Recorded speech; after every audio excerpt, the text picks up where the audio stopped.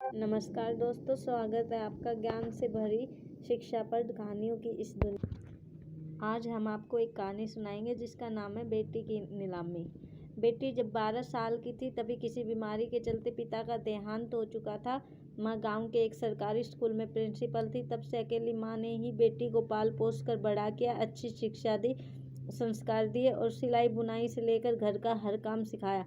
माँ का नाम मिसेज अरोड़ा है। बेटी अब जवान हो चुकी थी और अपनी बेटी की शादी को लेकर चिंतित रहने लगी थी, जिस वजह से माँ जी ने अपने गांव के पंडित से बेटी के रिश्ते की बात चला रखी थी।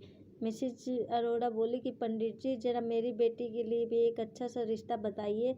तब पंडित जी 2 दिन बाद एक अच्छा रिश्ता लेकर मिसेज अरोड़ा के पास आए और लड़के की फ़ोटो दिखाते हुए बोले कि लड़का अच्छा है, पढ़ा लिखा है, बड़ी कंपनी में इंजीनियर की नौकरी करता है। माँ बाप भी अच्छे रिश्ते को हाथ से मत जाने दीजिए, पसंद हो तो बताइए, बात आगे बढ़ाऊँ।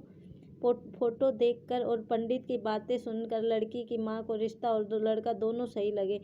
लेकिन इससे पहले कि माँ इस रिश्ते के लिए हाँ करती, उन्होंने अपनी बेटी को लड़के की फ़ोटो दिखाई और सब बताया। बेटी को भी लड़का पसंद आ गया। फिर माँ ने इस रिश्ते को हाँ कर दी। उधर पंडित जी बस अपना मतलब देखते हुए रिश्ता लगाने के लिए लड़के वालों के घर गए और लड़की की फ़ोटो दिखा, लड़की के बारे में सब कुछ बताते हुए बोले कि बेटी इस घर का ध्यान रखेगी। लड़की सुंदर थी इसलिए सबको पसंद भी आ गई। उन्होंने भी रिश्ते को हाँ कर दी। लड़की के घर रिश्ता लेकर लड़की देखने लड़के की माँ जी अपने बेटे और पति के साथ तारीख और समय के अनुसार दरवाजे पर दस्तक देती है।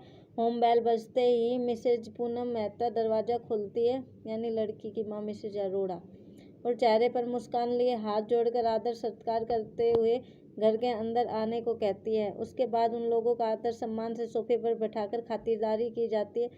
कुछ देर बाद रिश्ते की बात शुरू हुई। बेटी पढ़ी लिखी है, सुंदर, सुशील, संस्कारी और समझदार है, घर का सारा काम काज जानती है।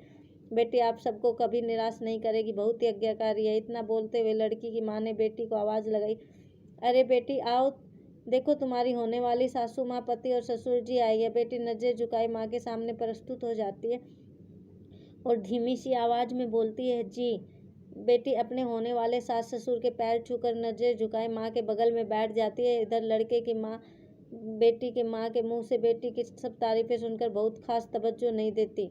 ठीक है, बस इतना बोलकर अपने मतलब की बात बड़े रोब से शुरू करते हुए बोलती है, जी देखिए, हमने अपने बेटे के ऊपर बहुत पैसा खर्च किया, हर जिद पूरी की, पढ़ाई में बहुत पैसा लगा। अभी बेटा विप्रो कंपनी में इंजीनियर है, अच्छी तनख्वाह है।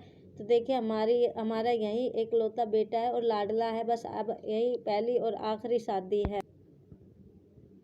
तो मैं आपको ये कहना चाहती हूँ कि हमारा अपनी सोसाइटी और समाज में काफ़ी नाम और सम्मान है। तो ये शादी कुछ सामाजिक रीति रिवाज के अनुसार होनी चाहिए, यानी दहेज वगैरह में तो हम विश्वास रखते नहीं। लेकिन वो क्या है ना कि समाज का को तो आप समझती ही हो। अब कुछ लेन देन ना हुआ तो लोग पूछेंगे कि कैसे गरीब परिवार से बहू लेकर आई है, और भी ना जाने क्या क्या बातें बनाना शुरू करेंगे। लेकिन आप चिंता ना करें, आप बस एक fridge, TV, washing machine, double bed और एक कार दे दीजिएगा अपनी बेटी के लिए ही सही।